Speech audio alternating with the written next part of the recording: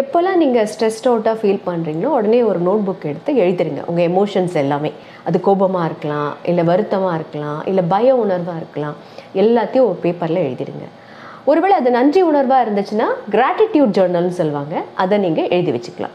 ரெண்டாவது, உங்களுக்கு பிடித்தமான விஷயங்களை நீங்கள் செய்யலாம். சின்ன வயசுலேருந்து நீங்கள் நினச்சிருப்பீங்க, ஒரு பல்லாங்குழி விளையாடுறதா இருக்கலாம், இல்லை ஒரு டம்ஷனர்ஸ் விளையாடுறதா இருக்கலாம். ஸோ என்ன உங்களுக்கு பிடிக்குமோ ரீக்ரியேட்டிங் மெமரிஸ், அந்த விஷயத்தை நீங்கள் செய்யலாம். மூணாவது, இயற்கையோட நேரத்தை செலவழிக்கிறது. ஒரு பார்க் போய் டைம் ஸ்பெண்ட் பண்ணலாம், இல்லைனா ஒரு பீச்சுக்கு போகலாம், அதுவும் இல்லைனா மொட்டை மாடியிலேயே ஒரு ரவுண்டு ஒரு வாக்கிங் மாதிரி நம்ம போயிட்டு வரலாம். ஃபோர்த் இம்பார்ட்டன்ட் டிப்ஸ் வந்து, நம்ம மனசு எப்போல்லாம் ரொம்ப ஸ்ட்ரெஸ்டாக இருக்கோ இம்மீடியட்டாக உங்கள் ஃப்ரெண்டுக்கிட்டேயோ இல்லை என்ன மாதிரி ஒரு உளவியல் சிகிச்சையாளர்கிட்டையோ நீங்கள் உடனே கலந்து பேசலாம். ஐந்தாவது மிக முக்கியமான டிப்ஸ் வந்து மெடிடேஷன். அது ரொம்ப கஷ்டமான விஷயம் ஒன்றும் இல்லை. நம்ம அமைதியாக ஒரு இடத்துல கண் மூடி உட்காந்து நம்முடைய மூச்சை கவனித்தல். எப்படி மூச்சு உள்ளே போகுது, மூச்சு வெளியே வருது, இதை நம்ம கவனித்தோனாலே போதும்.